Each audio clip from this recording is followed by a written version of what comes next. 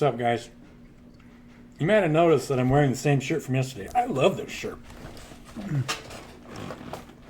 If you can see, this is from Dark Souls. It's a game. This is Solaire. He's the son of the son of the main bad guy. If you look at his chest piece here, he's got a sun with a straight face. He's not happy, he's not sad, he's there, right? Praise the sun. Actually, it's really close to the truth, right? Because if it's coming from the center and going back to the center, it's pretty much neutral.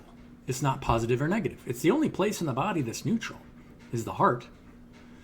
You have to really speak from a place of neutrality because you're blocking the negative, right? Or you're pulling in, actually, the negative is coming back to the heart. That's what's feeding the heart. The heart is creating, but it's also being fed by the negative. You're actually feeding off your environment when you trigger it by speaking from a place of neutrality. It's part of the process of growth. And if you can't speak the truth, you're not really feeding your heart space. Because you have to speak the truth, right? That we are all just a heart, creating and receiving.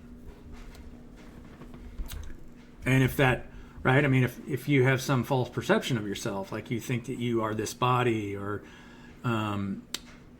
you're something else, then it's just self-awareness. We have to get to a place of self-awareness where we love both sides, right? We love the creative part of ourselves. We love the receptive part of ourselves. We love the negative projections that people have on us when we force, when we come into higher states of awareness and we force growth.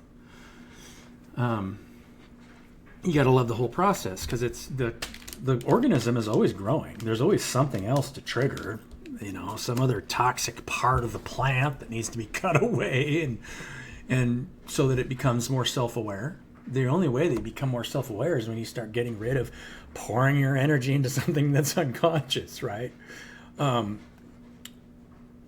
So yeah, very interesting. I mean, I guess I was asking myself this question today, going to get my chai tea latte, and was there anything that you can't live without? Right? I mean, is there anything that you feel like you can't not have? Because if there's anything that you feel like you have to have, then it'll pull you into, some kind of addictive tendency, and then your emotional states will go like this because you have to have that thing. Won't be able to enjoy it. I was in line to get my chai tea, and I was like, yeah, I'll take a shot of coffee. She's like, you don't want 2 shots of coffee? I was like, I don't know. You think I'd be all right with that? She's like, I don't know. I don't know you. It's like, huh. Maybe I don't know me either. We could try it. So I just got 1 shot, right? You don't want to put anybody on the spot. Make them, make a decision for you. Make a decision for yourself, right? But it's always interesting. I always ask this question because to see if somebody would be willing to make a decision for me. So I don't have to be responsible for myself. Maybe that's what I'm doing. I don't know. If you ask me to make a decision for you, I probably would. I would say, okay, you're giving your power over to me. Why wouldn't I? It's not, you're taking power out of your own hands for me to make a decision for you. Think about how much of society actually does that, right? If you vote at any time for anybody in a position of power, you're giving your power away. You're telling somebody, I want you to make decisions for me because I'm not capable. Right? I don't know how to make a decision. I don't know how to say that I know how to, I could work with a group of people to build a school system for our society. I don't know how to create a community to help support our elderly or the disabled. It's really what you're saying, right?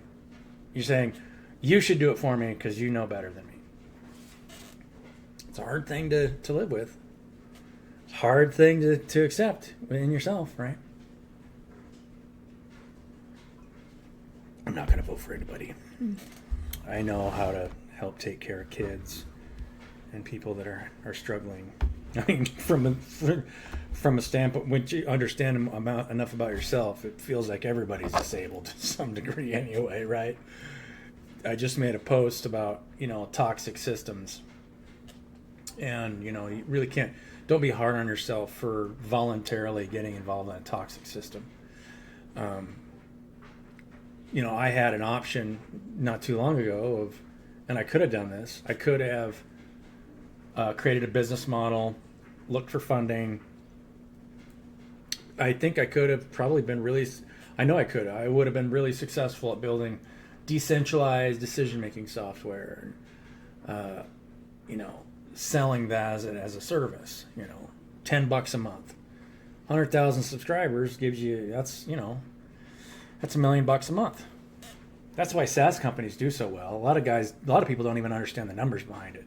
But if you really understand the numbers, if you can organically build a SaaS that everybody needs, the problem is that SaaS is slowly dying because there's way too many software subscriptions out there, right? I mean, the number of software subscriptions, especially for AI, is going through the roof, and we as a society can't pay, $800 per month in software subscriptions. It just doesn't make sense. And so the market is filled with free options for software, but you really have to look in some cases. It depends what kind of, there's some really good software, like I think it's called Shutter or something, if you're compiling 4K video, if you're moving from one kind of video to another kind of video. I mean, there's lots of free solutions out there.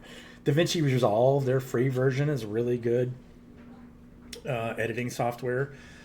And it's basically, when there's enough options out there, you kind of have to force to go free. And then you use that platform to advertise and then give some extra benefits that you don't offer in the free version for businesses that you really need to pay for some professional grade software if you're doing super professional grade videos. Obviously, this isn't like a super professional grade video that you're watching.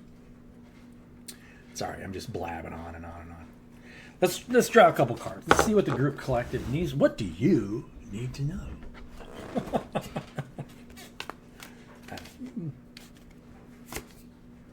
Four Swords. We're resting. Taking a break. You guys need a break. I can tell. I feel it in the group. You guys need a break. You guys need to take care of yourselves. Be good for yourself. Take a nap. Call somebody up on the phone telling me they love them. That's the best thing you can do, right? The Lovers reversed. Ooh. Wow. I don't pull reverse cards very often. The Lovers reversed. We're a little bit disconnected from one side or the other. Either disconnected from our mental side, or maybe disconnected from our emotional side. Or maybe we've got a breakup. I think maybe feels like maybe there's a breakup, right? What's this about? Breaking old bonds.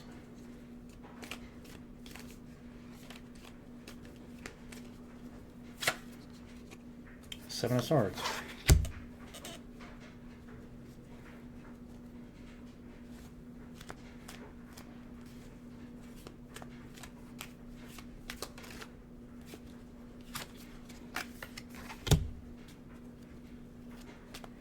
You guys are kind of leaving with your,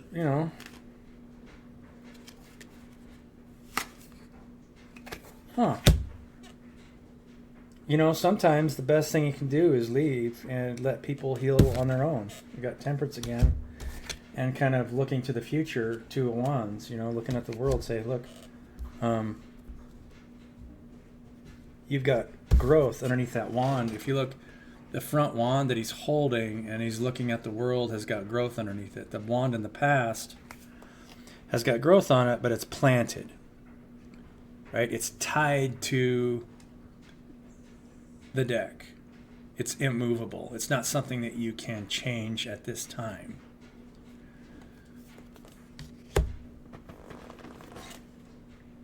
That's what I'm seeing here, right? There's so many of you guys that are moving out of old situations, realizing you love those people, and there isn't anything that you wouldn't do for them. But sometimes you can't fix something that somebody has to learn down the road, right? You can't try to change somebody without them going through their own experience and getting a deeper awareness of themselves, right?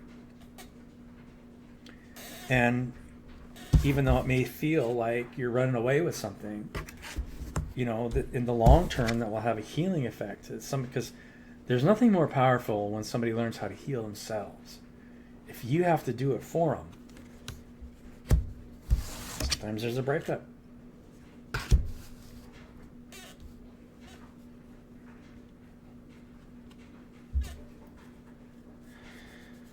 Sometimes there's a breakup, right?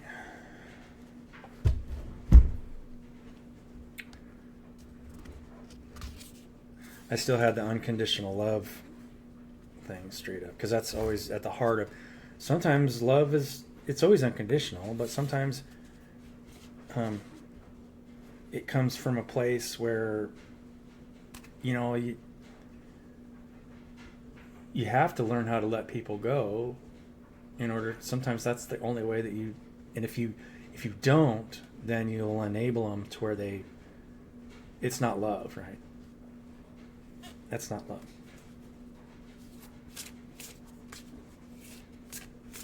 It is love, but it's you pull yourself into a karmic relationship where you're not helping somebody in the long term. If they don't have, everyone has to have develop their own skill of being self-sufficient and reducing the amount of things that they need, right? I mean, that's why I brought that up at the beginning, because, you know, if it feels like you gotta have something, then just have work to do. I get this one all the time. I don't know if it's my channel or if it's just you guys are all celestial teachers, but I pull this card so many times. Are you guys seeing this card very closely? It's just coming from, you know, celestial teacher, coming from a higher mode of thought, right? I mean, it's not loving somebody by. Sometimes the best thing you can do is leave them to their own devices, right? Because if they're stuck in an old pattern and all you do is help, it's not. You're just constantly trying to ground out negative energy, and it's not helping them. They have to master themselves, right? To master their own mind, stay present, get in their natural creative and receptive cycles. Love you guys. Have a beautiful day. Because it is beautiful outside. It really was. It is a beautiful day right now. I got some other work I'm going to do at the house. And I'll catch you guys on the next one.